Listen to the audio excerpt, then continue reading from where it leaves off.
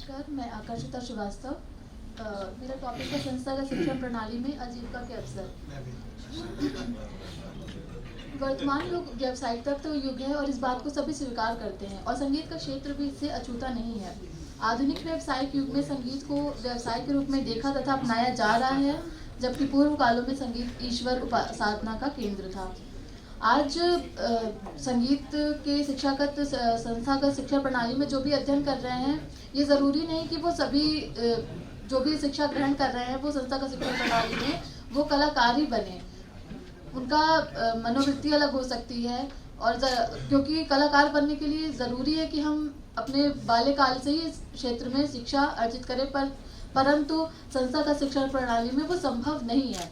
तो आज आजीविका के साधन ज़रूर संस्थागत शिक्षण प्रणाली की वजह से बढ़ा है, जो मैं बता दे रही हूँ। आप विद्यालय, विश्वविद्यालय, महाविद्यालयों में संगीत शिक्षक के पद पे कार्यरत कर सकते हैं। संगीत शास्त्रकार के रूप में आप अपना व्यवसाय ले सकते हैं कि जो भी ग्रंथ हैं हम उनमें से और क्या निकाल करके नया हम कर सकते हैं कुछ, एक वो हमारे पास आजीविका के अवसर हैं। दूसरा है संगीत के पत्रकार तथा समीक्षक द्वारा भी हम आजीविका देख सकते हैं। संगीत की यदि हमको ज्ञान ही नहीं है संगीत का, तो हम संगीत की ना समीक्षा कर सकते हैं और ना जो भी हम कार्यक्रम देख रहे हैं संगीत का उसके बारे में हम कायदे से व्याख्या कर सकते हैं। तो संस्थागत शिक्षण प्रणाली अगर कलाकार नहीं बना रही तो भी इतना ज्ञान दे रही लोगों को कि वो कार्यक्रमों को समझ सके। एक ये है। संगीत संगतकर्ता के रूप में आज संगीत के कार्यक्रम बढ़ रहे हैं काफ़ी, तो संगीत संगतकर्ता के रूप में भी आप अपना व्यवसाय देख सकते हैं। तीसरा है, उसके बाद है संगीत आलोचक, संगीत शोधकर्ता के रूप में आप धनोपार्जन कर सकते हैं संगीत के द्वारा। आज आकाशवाणी तथा दूरदर्शन द्वारा भी व्यवसाय के अनेक अवसर हमको उपलब्ध हो रहे हैं। मेरा निष्कर्ष ये है कि संस्थागत शिक्षा की बात करें तो सत्य है कि संगीत के क्षेत्र में हुए क्रांतिकारी परिवर्तनों के कारण यह शिक्षा प्रणाली वर्तमान युग में पूर्णतः प्रतिष्ठित हो चुकी है और यह इससे जुड़े प्रत्येक व्यक्ति के आजीविका का साधन भी। परंतु फिर भी कुछ ऐसे तथ्य हैं जिन पर यदि तर्कपूर्ण दृष्टि से विचार किया जाए तो संगीत शिक्षा तथा आजीविका दोनों ही क्षेत्र में सकारात्मक बदलाव देखे जा सकते हैं। संस्थागत शिक्षण छात्रों की शिक्षा का स्तर और अच्छा इसके लिए किया जा सकता है कि सप्ताह में एक दिन शिक्षक छात्रों को अपना गायन सुनाए व कुछ छात्रों को चुनकर उन्हें अपने पीछे बैठाकर गायन का अवसर दे। इससे छात्रों में आत्मविश्वास भी बढ़ेगा व उनकी जो त्रुटि गायन में हुई होगी वे उसमें सुधार भी कर पाएंगे। इस प्रक्रिया द्वारा उनकी प्रतिभा में दिनों दिन निखार आता जाएगा और यह उनके भविष्य में एक कलाकार या शिक्षक इत्यादि अनेक ऐसे आजीविका के मार्ग खोल देगा। उद्देश्य मैं बता दे रही हूँ। जब हम किसी क्षेत्र या विधा से जुड़ते हैं तो संबंधित क्षेत्र हमारी आजीविका का भी स्रोत स्वतः ही बन जाता है। वर्तमान युग में संस्थागत शिक्षा का वर्चस्व तथा इसमें हजारों विद्यार्थी शिक्षा ग्रहण कर रहे हैं, फिर भी उनकी कला में वह गुणवत्ता या प्रतिभा नहीं दिखती जो घराना परंपरा से जुड़े व्यक्ति को में देखने को मिलती है। संस्थागत शिक्षण प्रणाली यदि घरानेदार शिक्षा प्रणाली के पूरक के रूप में कार्य करे तो मुझे लगता है कि इसका गुणवत्ता का स्तर निश्चित रूप से अच्छा होगा। Thank you. Good evening everybody. Sir, मेरा नाम है के तमाश्वर शर्मा फ्रॉम मणिपुर और मेरा टॉपिक है बासक changes in the Manipuri Basak Kirtan since 19th century and analytical presentation. So sir, Basak is one of the most popular and major Kirtan form of Manipuri Nat Sankirtan. Basak Kirtan was founded by Guru Chingakham Surpananda. He's from Bengal. Under the patronage of Maharaja Bhagyachandra 1763-1798.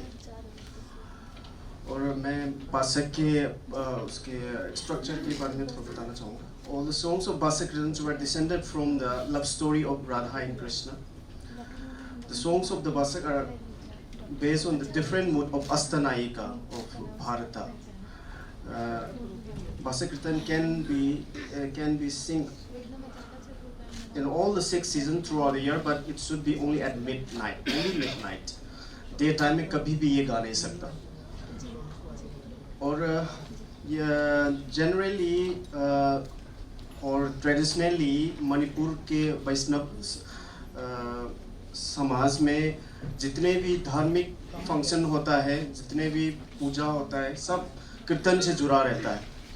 पर उस जितने भी rituals जो है उसमें कीर्तन जो गाते हैं उसमें कई प्रकार के अलग अलग कीर्तन, नाम कीर्तन जो बंगाल से ओरिजिनल होता है वो मणिपुरी ट्रेडिशनल फोक सॉन्ग से मिला के अपना एक अलग सा कीर्तन जो मणिपुरी नत्संग कीर्तन जो कहते हैं उसी आधार पर सब गाते हैं। पर बासक कीर्तन जो है ये कभी भी ऐसे जो मैरिज सेरेमनी है और डेथ एनिवर्सरी का जो संगीत कीर्तन जो होता है उसमें कभी भी गा नहीं सकता। ये सिर्फ एक स्पेशल जो धार्मिक इंटरटेनमेंट की तरह गाते हैं ये बासक जो है।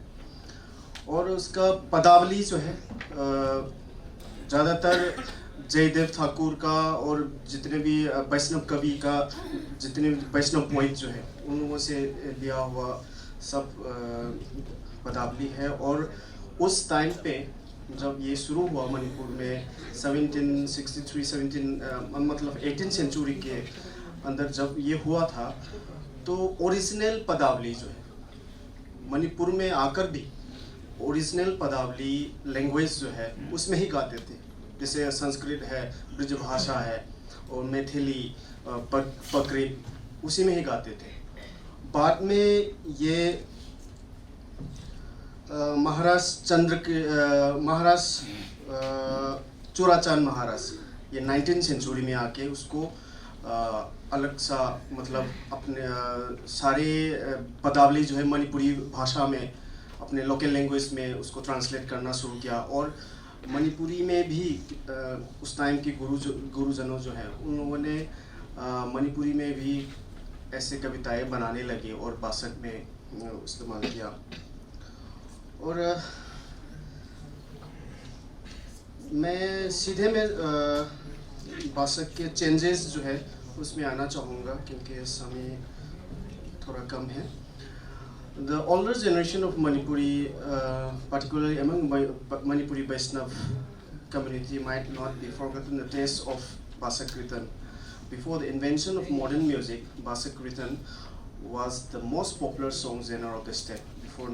Before a few decades, Basak Kirtan was the most prestigious event among Manipuri Vaishnav community. So in those days, many well-to-do families organized many Basak Kirtan as a religious musical event. But now, due to the social changes, most of the younger generation being distanced from God and religious activities, consequently make the reason for shrinking of audience of religious music like Basak Kirtan. Since Basak Kirtan was most sought after song genre in the state, Basak Kirtan flourished with much enthusiasm. However, introduction of modern education system in the state in the early period of 20th century and coming up of many fast and modern entertainment programs produced by modern technologies hampered the growth of many rare art forms of the state, including Basak Kirtan. Basak Kirtan used to be the common platform for the challenging each other musically amongst great Basak singers by showing their skills and abilities. At the very beginning, Basak used to be sung by male singers only. कभी भी female singers को allowed नहीं था. Females were not allowed to sing Basak, but it's only during the period of Maharaj Churachan Singh's 1850-56 के समय में female were also permitted to sing Basak Kirtan. Before Maharaj Churachan, Basak Kirtan were originally sung only with Sanskrit, Brajabuli जैसे मैंने पहले भी बोला है. Original language में बोलता था, गाते थे. फिर बाद में उसको लोकल लैंग्वेज में गाने शुरू किया. According to the Chaitharol Kumbhava, the Royal Chronicle of Manipur, Waikhom Chauba was the first person who sang Basak in local language. Manipuri भाषा में गाने वाला पहला इंसान Waikhom गुरु Waikhom Chauba था और 1931 में गाए थे. In later development, Manipuri gurus began to translate, और मैंने अभी ये बोल चुका है,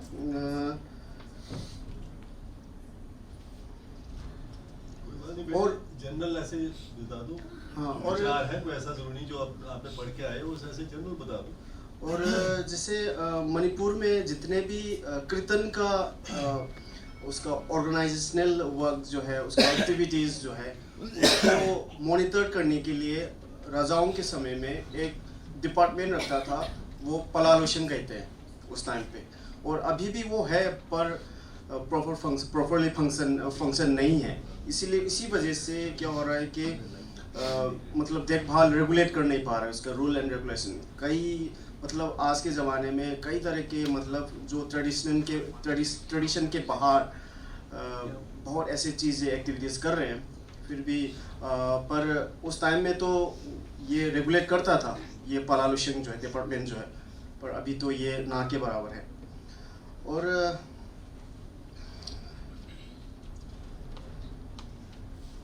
पलालोशन टेम्पल बासक कीर्तन जो है एक टाइम पे ये टेम्पल म्यूज़िक कह सकते हैं, और आज के ज़माने में ये एक स्टेज म्यूज़िक भी होने लगा है। पहले स्टेज में भी गाने शुरू हो गया, और इंस्ट्रूमेंट जो है वो मॉडर्न म्यूज़िक भी उसमें डालकर थोड़ा नया दिखाने के लिए कोशिश करें, पर ये टोटली मतलब अगेंस्ट द ट्रेडिशन तो है, पर हम रोक तो नहीं सकते क्योंकि ज़माना ही ऐसा है। नाउ इट और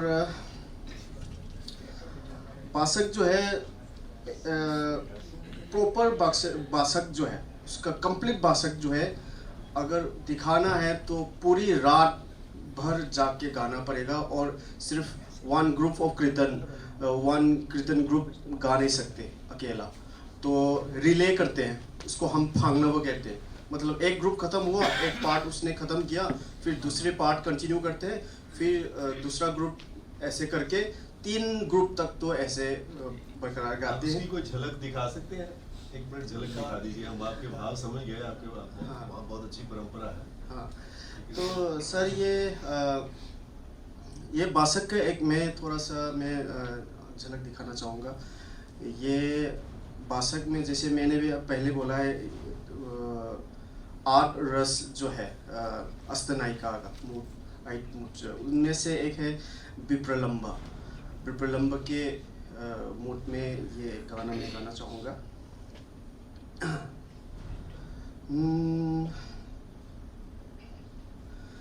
श्रीमती राधिका कृष्ण कायन वैचाग्न तेन पान सजी गुम तेन पालव सजी गुम लई माई थतोले श्रीमती राधिका कोई वनमई थाई मयाई दलांग थाई मंगली तेंगा थो मंगली तेंगा थो व्याधन लेप्तुन लैरव कांद चेन फंखंगव सजी दो इब्बे मग माने श्रीमती राधिका, ऐसे गाया जाता है। और मैं कंक्लूजन में मैं सीधे आना चाहूँगा। Basak Kirtan of Manipuri Nath Sankirtan was born out of great gurus and artistic genius of the Manipuri Vaishnava, which is transmitted from generation to generation through traditional school of Guru Shishya Parampara. It has flourished under the patronage of great kings of Manipur of different period, and was developed by great gurus and scholars who dedicated their whole lives for the enrichment of this tradition. Thus, it became the 4th Indian art form recognized by the UNESCO as an intangible cultural heritage. But today, all the great masters are now passed away and gone. It will not be possible to retain this tradition in all its glory in the future. During monarchy periods, Palaloshing used to be controlled and regulate the tradition of Nath Sankirtan as the authority of the Nath Sankirtan tradition. But nowadays it seems like failure to control and regulate the tradition. It's a matter of fact that this tradition runs the risk of being commercialized and vulgarized. We cannot resist the desire of modern people, and it will impact the tradition in future more and more. The only thing that can be done today is to preserve its glory with archival documentation through audio, video, and notation for the future generation. Thank you. Thank you. Was this in Manipuri? From Kashmir. So my topic is forgotten Gharana tradition of Kashmiri Sophiana Mausiqui. So मैं आज इस पे ज़रूर एक बात कहना चाहूँगा कि फॉरगॉटन घराना ट्रेडिशन ऑफ कश्मीरी सूफियाना मौसीकी। बहुत सारे लोग आज तक इस चीज़ में हैरान हो चुके कि कश्मीर में क्लासिकल मौसीकी एंड घराना वहाँ पे, how is it possible? Is it possible? Yes. ये कैसे हुआ कि 14th सेंचुरी में जब इस्लाम कश्मीर में आया सेंट्रल एशिया से, जो उस समय सूफी लोग आए थे, अल्लाह के वली आए थे, प्रीस्ट जिनको कहते वो आए थे, उन्होंने अपने साथ म्यूजिक भी साथ लाया, आर्ट को भी साथ लाया। उस समय जो म्यूजिक ईरान से आया, कश्मीर को मिनी ईरान भी कहते हैं, ईरानी सगीर इनको कहते हैं कश्मीर को। उस समय जो कश्मीरी सूफियाना मौसीकी इसलिए नाम पड़ा इसको, है तो ये क्लासिकल म्यूजिक ऑफ ईरान, इसको इसलिए नाम कश्मीरी सूफियाना मौसीकी पड़ा क्योंकि सूफी लोग वहां से आए थे, इसलिए इसका नाम पड़ा कश्मीरी सूफियाना मौसीकी। ये लोग मकाम गाते हैं, ईरानी मकाम गाते हैं। वहाँ बाज़ाब्ता इस परंपरा में घराने भी हैं, बहुत सारे घराने थे, लेकिन बदकिस्मती की वजह से आज वहाँ पे सिर्फ 4 घराने बचे हैं। घराने कौन कौन से हैं? एक है रमजानजू घराना, कालीन बाग घराना, कमाल भट्ट घराना एंड सेतारी घराना। जो सबसे पहले घराना जो कश्मीर में आया था, जो फर्स्ट म्यूजिशियन कश्मीर में आया था, उस्ताद सिद्धजू, जो ईरान से आए थे, उन्होंने इस्टेब्लिश किया घराना रमजानजू घराना। इसको कश्मीर का ग्वालियर घराना कहते हैं। हाँ,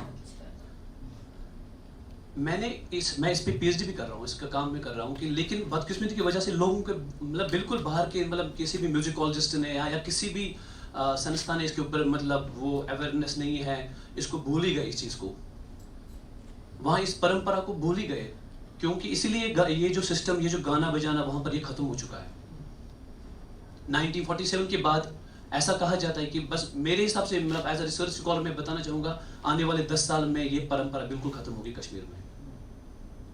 वो इतना अच्छा गाते हैं, जैसे हम यहाँ पर, मैं तो अब ये नहीं बताऊँगा कि मतलब यहाँ पे जो क्या सिस्टम जैसे भी गाते हैं बहुत अच्छा, हर किसी का स्टाइल, लेकिन जो वहाँ के लोग जो तराना गाते हैं, मैं यहाँ के भी लोग बड़े बड़े उस्ताद तराना गा चुके हैं, गाते हैं, इसमें कोई शक नहीं है, लेकिन जो वहाँ पे लोग तराना गाते हैं, वो जो ऑथेंटिसिटी जो तराना की है, वो मैंने उस संगीत में पाई है। वो आपके पास कोई रिकॉर्डिंग्स है उसकी? मेरे पास अभी नहीं है, लेकिन मैं थोड़ा सा मैंने वो संगीत नहीं सीखा, लेकिन मैंने जो वहाँ पे क्या पाया है, वो लोग कभी तानपुरा यूज नहीं करते।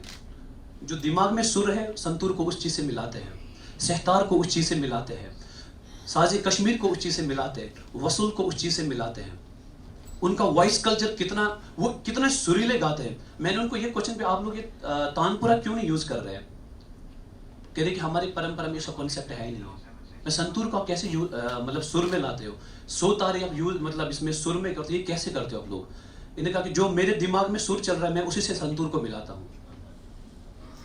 और वो जैसे हम ख्याल गाते हैं, वो हम लंगर गाते हैं, वो ख्याल को हम पे लंगर कहते हैं। जैसे हम लोग राग में वादी समाधि और मकाम बाज़ाब्ता टाइम टू टाइम थ्योरी वहाँ पर है, सुरों का नाम है, वादी समाधि का नाम है, लेकिन बदकिस्मती की वजह से सब लोग भूल चुके इस सिस्टम को।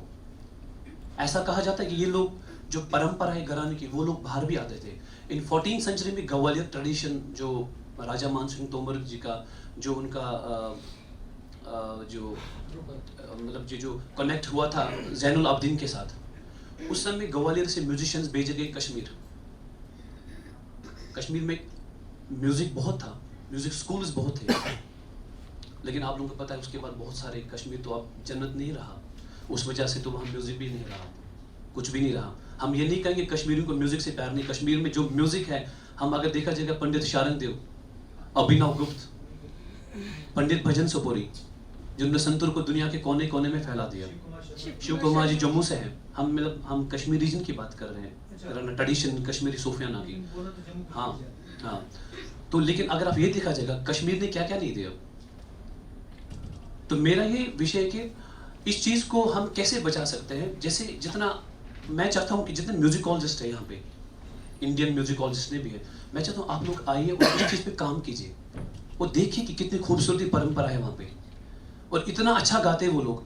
मैं चाहता हूँ कि वो तराने आप लोग सुनिए, वो मकाम आप लोग सुनिए जी। थोड़ा सा जब तक आप बताएंगे नहीं ना, कुछ गा के सुना पाए या मैंने वो मतलब मैंने बताऊंगा, मैंने वो संगीत जी जी एक मिनट प्लीज बेटे, इसकी जो ऑथेंटिसिटी है, हाँ। जो आप बात कर रहे हैं कि वहाँ इतना सुदीर्घ परंपरा थी, बिकॉज़ जी, वेरी जी, जी। Enrich culture you have there, but you should have some documentary evidences और हाँ। सम काइंड ऑफ हाँ। बुक्स और आर्कियोलॉजिकल हाँ। Some, you know, sir that's your until unless how do we know that we had this? हाँ sir ये तो है, मैं इस बात को मान लेता हूँ, लेकिन सर गा सकते हाँ हैं एक लाइन का नाम। हाँ थोड़ा सा मैं सुनाता हूँ क्योंकि मैंने संगीत नहीं सीखा, मैंने लेकिन जब मैं No, रिसर्च कर रहा हमने नहीं था कुछ- हाँ हमने मैं नहीं- वो हाँ। मकाम नवा है वो राग बिम्पला से मिलता जुलता है, थोड़ा सा मैं उसका तराना थोड़ा वहाँ सा उसका नाम भीमपलासी यार, बंद कर है या इसको। कोई और? मकाम नवा अच्छा, मकामे ना नवा। जी जी जी।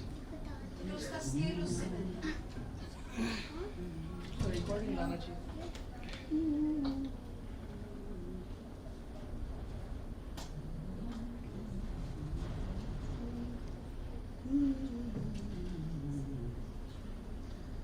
दिल तुम तना ताना दिरनास नादिर तानी दोस यारुन यललाली यालुम दिर तुम ततानी दोस दिर तुम ततना ना दिरनास नादिर ततानी दोस यालुम यललाली यालुम नादिर ततानी दोस दिर तुम ततना ताना दिरनास नादिर ततानी दोस।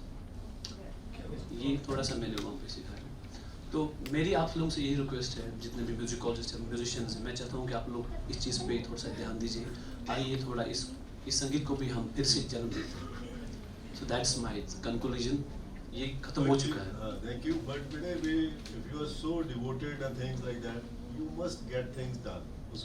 उसको कलेक्ट करो। Sir, I'm उसको उसके trying form this. में उसकी रिकॉर्डिंग्स करो, उन बंदों सर को I have low. Money records, मेरे पास सब Don't कुछ है। expect लाना कि हम चाहिए लोग था, यहाँ से आपको जाएंगे। यहाँ पे ले आना है चाहिए। ना? अच्छे लोग वहाँ। सेमिनार का पर्पस यही है कि मतलब आप वहाँ से चीज यहाँ लेके आए। हाँ, हाँ। बिल्कुल बिल्कुल तो सर। लोगों को क्योंकि- ये दो शब्द आपने उसमें अभी यूज किया है जी सर। तो तराने में इधर हमारे इधर भी दो शब्द, तो ये क्या अर्थ है इसका? निर्दोष तो कोई निर्दोष दोस्त। शब्द है। नहीं नहीं, दो दूसरा शब्द एक यूज सर मतलब दोस्त, सर दोस्त मींस फ्रेंड।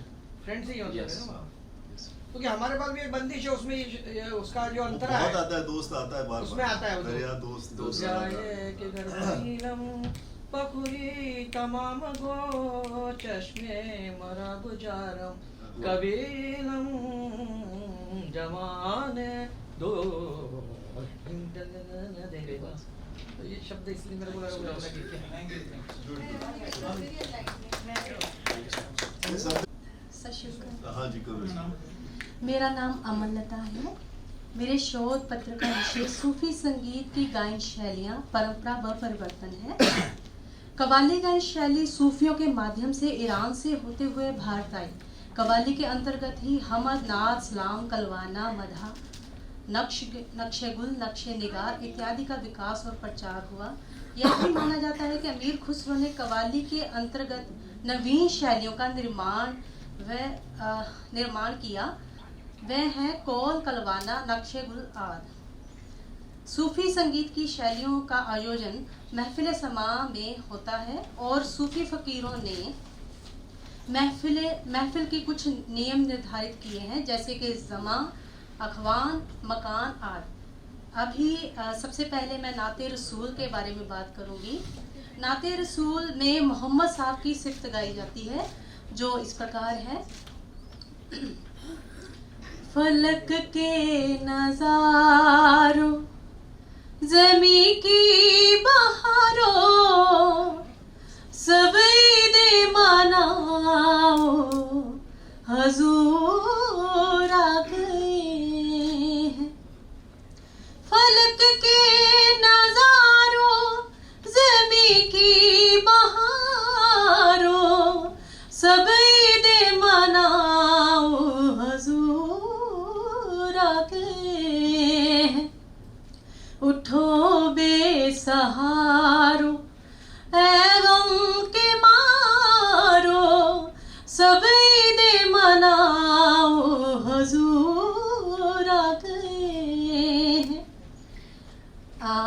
वैसे तो नात को बगैर सुरों को बगैर साजों के ही गाया जाता है, लेकिन आजकल कव्वाल लोग इसे साज और ताल के साथ भी गाते हैं। मधा जिस कव्वाली में हज़रत जनाब गौस पाक 11वीं वाली सरकार उनकी सिफ्त गाई जाती है उसे मदा कहा जाता है। इन्हें दरमियाने अंबिया का भी रुतबा हासिल है। इसके बोल कुछ इस प्रकार है। घबराने का क्या है काम, विद जुबां हो सुबह शाम, मुश्किल आसा हो जाएगी ले ले गोस पिया का नाम। हदीस गायन शैली जो मोहम्मद साहब सल्लल्लाहु अलैहि वसल्लम की मुबारक जुबान से वचन निकले हैं उन्हें हदीस कहा जाता है। हदीस की बोल कुछ इस प्रकार हैं। मन कुन तो मौला है, मन कुन तो मौला, फहाजा अली यूं मौला, हाजा अली यूं मौला।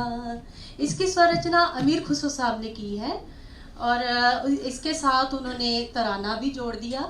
बहुत खूबसूरत है ये रचना।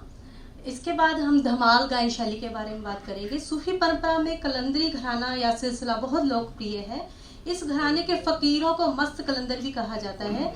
जब महफिल हाल में गाया जाता है तब विशेषकर कव्वाल लोग धमाल गायन शैली का गायन करते हैं। धमाल उस गाने का नाम है जो सूफियों के महफिल हाल में गाया जाता है। इस दौरान सूफी फकीर खड़े होकर एक दूसरे का हाथ पकड़कर एक घेरा बनाकर नाचते हैं और सभी के पाक कव्वाली के गायन के वजन के साथ उठते व बढ़ते हैं। एक बहुत फेमस प्रफुल्लित हमारी कुछ इस प्रकार है जो सभी ने सुनी है।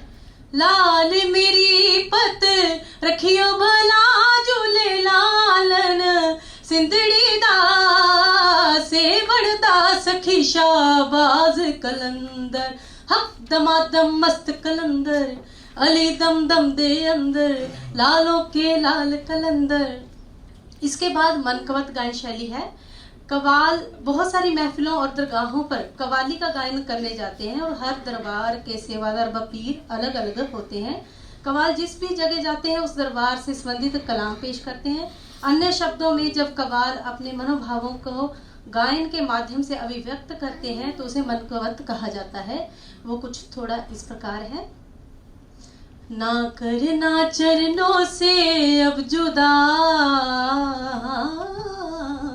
ओ कलियर के राजा, ओ कलियर के राजा, ओ कलियर के राजा, ओ कलियर के राजा। रंग गायन शैली हजरत अमीर खुसरो जी की रचना है। जब महफिल समाज चरमोत्कर्ष पर पहुंचती है उस समय कव्वाल रंग पढ़ते हैं। रंग को शिजरा भी कहा जाता है जिसका अर्थ है वंशावली। रंग गाने की प्रथा पुराने समय से लेकर आज तक उसी ढंग से चली आ रही है। पारंपरिक कव्वाल रंग का गायन राग भागेश्वरी और 3 ताल में करते हैं। अधिकतर कव्वाल रंग हर महफिल में गाते हैं। रंग के बोल इस प्रकार है। आज रंग है, हे माँ रंग है री, आज रंग है। हमद गायन शैली। हमद अल्लाह पाक की तारीफ को कहा जाता है। इसमें और किसी का भी नाम नहीं लिया जाता। अधिकतर कव्वाल हमद से ही महफिल समा की शुरुआत करते हैं। इस्लाम की मान्यता है कि कुरान ग्रंथ में दर्ज सारा ज्ञान अल्लाह की तरफ से नजर हुआ है। कुरान को अल्लाह की आवाज़ माना जाता है। हमद की रचना का उदाहरण इस प्रकार है। मेरे अल्लाह जिस्म में मेरे जब तक ये जान रहे, तेरे सदके तेरे महबूब पे कुर्बान रहे, कुछ रहे ना रहे ये दुआ है अमीन, निज़ा के वक्त सलामत मेरा ईमान रहे। कलबाना। इस गायन शैली में अरबी और हिंदी भाषा के शब्दों का मिश्रण है और इसमें कई तालें शामिल होती हैं। कलबाना का वास्तविक नाम है कलबहू। इसमें एक से ज़्यादा अधिक तालें होने के कारण इसे ताल सागर भी कहा जाता है। इसके हर टुकड़े में इसकी ताल बदल जाती है, इसी कारण यह आजकल बहुत कम प्रचार में है। सलाम। सलाम का अर्थ है किसी बड़े बुजुर्ग के आगे झुकना। जब कवाल सूफी पीर फकीरों की दरगाह पर जाते हैं उस समय सलाम पढ़ते हैं। सलाम महफिल की शुरुआत में पढ़ा जा सकता है या बाद में भी। ज़्यादातर कवाल महफिल की समाप्ति में सलाम पढ़ते हैं। प्रसिद्ध कवाल हरमेश रंगीला जी अनुसार सलाम इस तरह होता है, अस्सलाम अस्सलाम मेरी अस्सलाम, तेरे दर पे बार बार अस्सलाम, जो तेरे इश्क में तेरा जिक्र करती है उस जुबान को सलाम, जिस जगह पे तू रहता है उस जगह को सलाम, अस्सलाम अस्सलाम मेरी अस्सलाम। अमलता, इसमें अब तुम ना ये बता दी परंपरा की चीजें है ना, जी, परिवर्तन क्या क्या हो रहे हैं, थोड़ा मुख्तर रूप में बता दी। जी जी क्या परिवर्तन है, जरा टॉपिक क्या है, परंपरा ये तो होगी, जी। उसमें परिवर्तन क्या हो?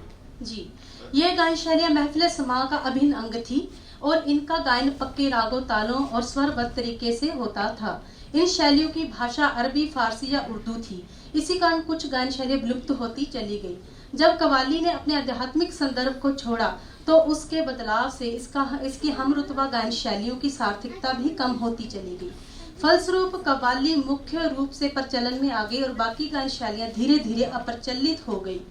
कव्वालों ने भी इन शैलियों का उपयोग आंशिक रूप में कव्वाली के भीतर ही करना आरंभ कर दिया और इनकी स्वतंत्र पेशकारी बहुत कम हो गई। समय के बदलाव ने सूफी संगीत को शाही दरबारों में पहुंचा दिया। 20वीं सदी तक पहुंचते हुए धीरे धीरे यह विधा स्टेजी हो गई और मंच पर आने के उपरांत इसमें और भी कुछ नए विषय सम्मिलित हो गए। इसका यह प्रभाव पड़ा कि कव्वाली आध्यात्मिक शैली होने के साथ साथ व्यावसायिक रूप भी धारण कर गई। निष्कर्ष और स्थापनाएं। ऊपर लिखित चर्चा से यह ज्ञात होता है कि कव्वाली गान शैली हमारे समाज का अटूट अंग बन चुकी है, जो कि सूफी सिलसिलों दरबारों से धूम मचाते हुए दुनिया के कोने कोने में अपना परचम लहरा चुकी है। जहां इसका पासार हुआ वहीं सूफी संगीत की कुछ गायन शैलियां श्रोताओं की नजरों से ओझिल हो रही हैं, जो कि कव्वाली के असल व समग्र रूप को दर्शाती हैं। परंपरा सदैव परिवर्तनों से गुजरती है और इन्हें आत्मसात भी करती है। उसी प्रकार कव्वाली ने अनेक गायन पड़ाव पार किए और विश्व भर में पहचान बनाई। बदलते संदर्भों में गायन शैलियों के मूल स्वरूप को कायम रख पाना पूर्णतः संभव नहीं होता, परंतु सूफी संगीत के साधकों, जानकारों और शोधार्थियों का यह कर्तव्य है कि सूफी संगीत की इन अप्रचलित हो रही गायन शैलियों को सहेज कर रखने का प्रयास जरूर करें। धन्यवाद। देखिए, संगीत में आए बदलाव और नवीन प्रवृत्तियाँ, क्योंकि आज का जो मेरा विषय भी है और आज का जो हमारा सेमिनार है वो भी गुरु नानक देव जी के 550वें जन्म दिवस को समर्पित है। इसलिए मैं बाकी सब धर्म और संगीत का संबंध छोड़ते हुए, क्योंकि वो तो हिस्ट्री है, उसके बारे में सबको पता है भी क्यों जुड़ा, कैसे जुड़ा, लेकिन जिन्होंने इस जो इस पौधे का बीज लगाया गुरु नानक देव जी, उनके बारे में थोड़ा सा मैं बताना चाहता हूँ, क्योंकि उनका इस वर्ष जो जन्म दिवस भी मनाया जा रहा है।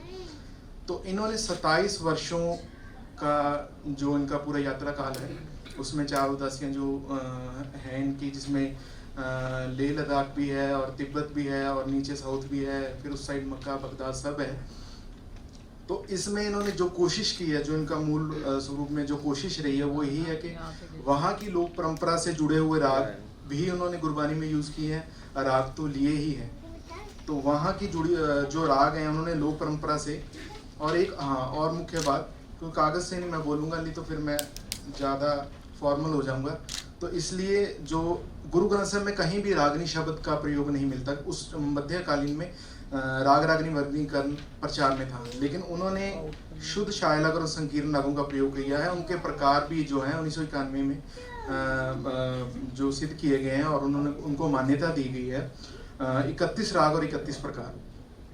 तो जो लोक परंपरा से उन्होंने राग लिए, उसका कारण सिर्फ एक यही था भी जो लोग हैं वो किसी न किसी माध्यम से गुरबानी के साथ जुड़े, ये गुरबानी नहीं सिर्फ आध्यात्मिकता के साथ जुड़े।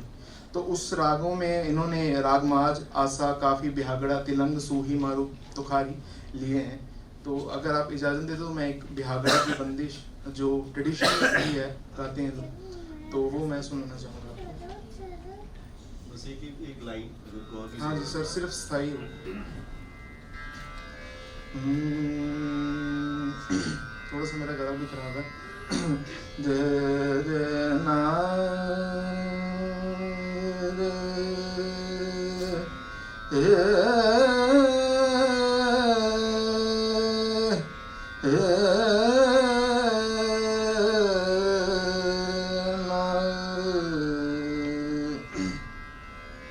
अत प्रीतम मन मोहना कट सोहना प्राण धारा राम। अत प्रीतम मन मोहना कट सोहना प्राण धारा राम। सुंदर शोभा लाल गोपाल दयाल के अपर अपारा राम। ये मतलब एक जो है क्लासिकल बेस्ड भी बंदिश है और बिहागड़ा से भी प्रभावित है। तो इस तरह की बंदिशें भी कई हैं जो गाई जा रही हैं। तो अभी ये जो ट्रेडिशन है उसमें हमारे ट्रेडिशन में विलंबित भी है और गायकी जो है वारों की गायकी भी है, या जो असली मर्यादा है गाने की उसमें चौकियों की जो गायन है, जो परंपरागत गायन है जिसमें 4 पोर्शन है, पहले मंगलाचरण है, फिर उसमें द्रुत भी है और कुछ ऐसी बंदिशें भी हैं जिसमें रहती हैं, ठीक है। उसके बाद जो राग फिक्स किए गए हैं, ज़्यादा तो आप लोग नहीं जानते होंगे, वो मैं पेपर में लिख चुका हूँ भी क्या क्या कैसे कैसे शब्द को गायन किया जाए या किस पंक्ति को रखा जाए। तो उसके लिए जो हमारी श्रोमणी गुरुद्वारा प्रबंधक कमेटी है तो उन्होंने कुछ हिदायतें दी हैं या नियमबद्ध किया है। उसमें है भी पुरातन रीतों को प्रेफरेंस दिया जाए या शब्द गायन के लिए निश्चित रागों में ही गायन किया जाए, फिल्मी गानों की तर्जों पर गायन ना किया जाए जो आजकल हो रहा है। तो यही परिवर्तन है, इसी के बारे में, इस दुर्भाग्य के बारे में ही मैं बात करने जा रहा हूँ। जो शैलियाँ हैं उसमें परंपरागत शैली तो है जिसके बारे में मैंने आपको बताया है, फिर व्याख्या प्रधान कीर्तन है जिसमें बताया जाता है, गाकर उसकी व्याख्या की जाती है। इसके बाद अखंड कीर्तन पद्धति है, मतलब ऐसे करके पद्धतियाँ। और मैं लास्ट में जो मेरा कंक्लूजन है वो यही है भी ये जो गायन किया जा रहा है इसको कोई प्रामाणिकता देने वाला नहीं है। कोई कमेटी ऐसी नहीं है जो रागी जिसके पास पैसे आ रहे हैं वो बैठ रहे हैं, वो गा रहे हैं, अपना मीडिया के थ्रू अपना प्रचार कर रहे हैं। जैसे डॉक्टर निवेदिता हमारे आगे बैठे हैं, ये मेरे गुरु भी हैं, मैं इनसे सीखा हूँ। तो इन जैसे लोगों को जिनका अभी जो प्रोफेसर रैंक पर पहुँच चुके हैं, इन लोगों को निर्णायक कमेटी में लेकर ऐसे लोगों को, आने वाली पीढ़ी को, जैसे हम लोग हैं, रागियों की पीढ़ी जो आगे आ रही है, जो गाना चाह रही है, जो शब्दों को प्रस्तुत करना चाह रही है, उनको परिमाणिकता दें। ये लोग उनको सुने भी, उनकी वाणी शुद्ध है, गायन शुद्ध है, राग की विद्वता वैसी बनी हुई है, या वो विलंबित में भी गायन कर रहे हैं, जो भी है वो उस परंपरा को लेके चल रहे हैं कि नहीं चल रहे हैं। तो इसी पे मेरा मेन सारा ये लिखने का मेरा कारण था, इस पेपर को लिखने का। और जो बाकी बातें वो मैंने पेपर में कर चुका हूँ, इससे ज़्यादा मैं इसी के साथ बस कंक्लूजन करूँगा।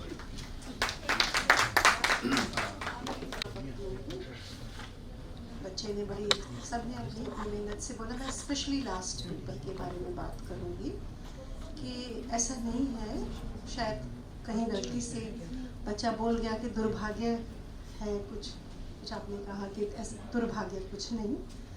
जितना गुरमत संगीत का प्रचार इस समय हो रहा है और बड़े हेल्दी वे में हो रहा है, मैनर में, ये बड़े सौभाग्य की बात है। ऐसा नहीं है, और बड़ी अवेयरनेस भी आई है।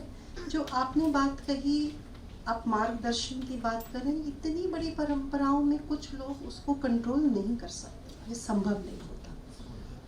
इतनी महान विरासती परंपराएं हैं, कोई बोर्ड बन जाए और वो उसको कंट्रोल करने लगे, मैं तो स्वयं इस बात की धारणी नहीं हूँ। एक एग्जाम्पल देती हूँ। 1991 से ज्वदी कला में अद्वितीय गुरमत संगीत सम्मेलन शुरू हुआ। आप तो लुधियाना के अंजाम थे। संत बाबा सुच्चा सिंह ने एक बहुत बड़ी राग निर्णायक कमेटी बनाई जिसमें स्वर्गीय पंडित दिलीप चंद्र वेदी भी उसका पार्ट थे। उन्होंने जितने गुरमत संगीत में राग प्रयुक्त होते हैं 31+31 या 31+32 इसके बारे में मतभेद है, उन्होंने उसका स्टैंडर्डाइजेशन कर दिया कि ऐसे ही गाना है इनको। लेकिन ये मेरा विनम्र विचार है कि हमने रास्ते बंद कर दिए।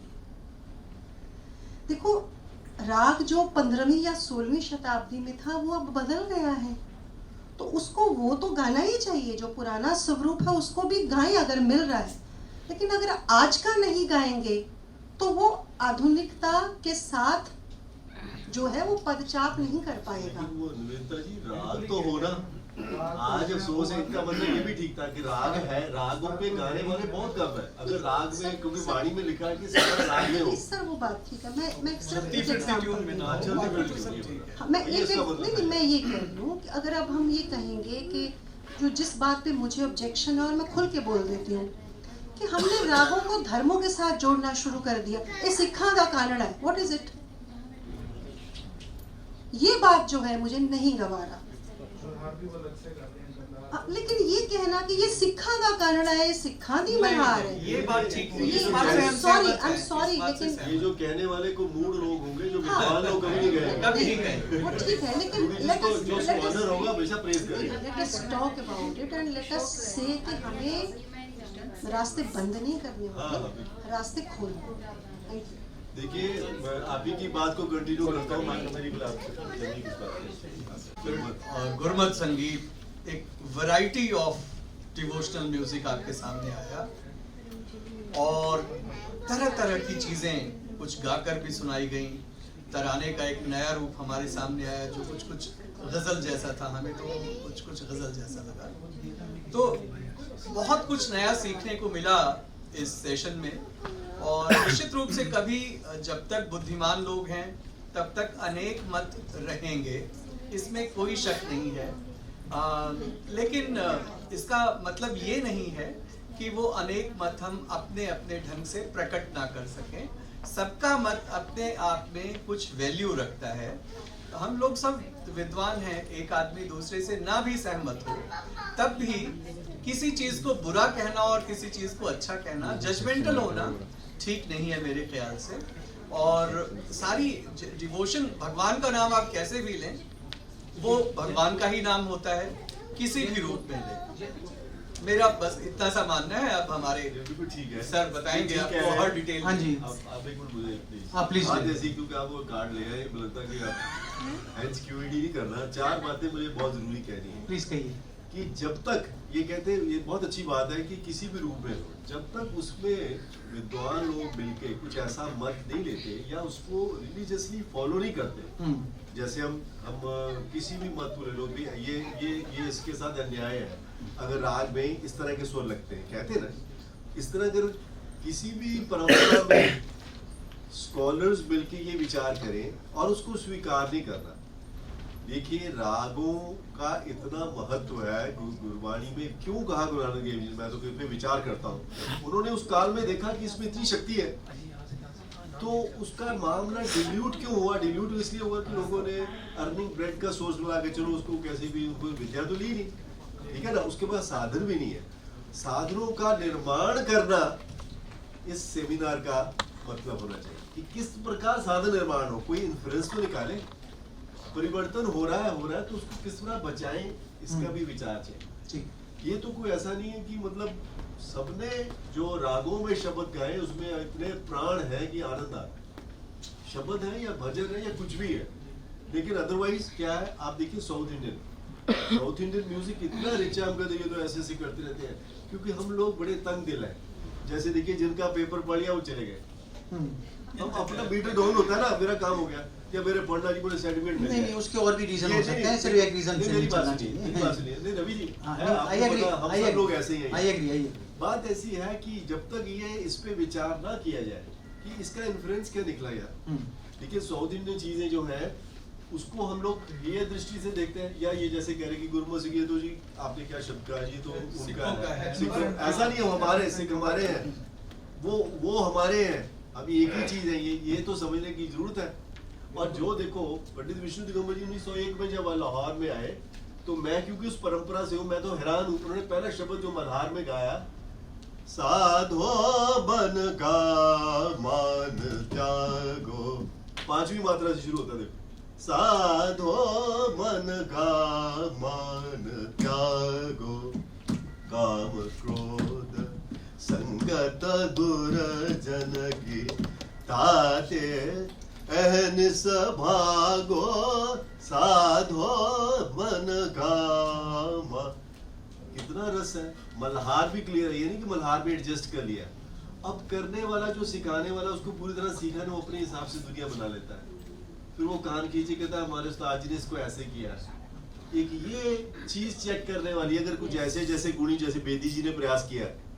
अब मैं साउथ इंडियन में, आप भाई साहब शायद वहां से हैं, तो मैं हैरान हूँ उनका, उनमें बिल्कुल भी परिवर्तन नहीं करते। हमारे यहाँ डाइल्यूट हो रहा है सिस्टम। इसका कारण इन्वेडर्स थे शायद। इन्वेडर्स पहले इसी साइड से आए, क्या करें, वहां तक पहुंच ही नहीं पाए, तो हमारी परंपरा भी बची हुई है। देखिए वो उनका एक मुझे याद है, मुझे शौक है थोड़ा, गजबदना करुणा सदना, गणेश जी की स्तुति। शंकर बाला लंबोदर सुंदर, गजबदना करुणा सदना, कितना रस है। और आज भी वो वैसे ही गाएंगे। वातापि गणपति भजे वाराणस्य वरप्रदं श्री, वातापि गणपति। आज भी वैसे क्यों गा रहे हैं? हमारे यहाँ चेंजेस क्यों आ रही है? हम लोग क्या एक्सेप्ट करते हैं, उसको कहाँ तक एक्सेप्ट करो। जैसे कल्चर हो रहा है ऐसे हमारा ये रिलीजियस भी जब और एक्सेप्ट करते जाएंगे तो डाइल्यूट होता जाएगा। हम लोग इजी गोइंग है, जो जैसे कर लेता है कहते हैं चल यार ऐसे हो रहा है, चल लेते। Thank you. I think next session शुरू करने जा रहे हैं म्यूजिक पेडागोजी पर।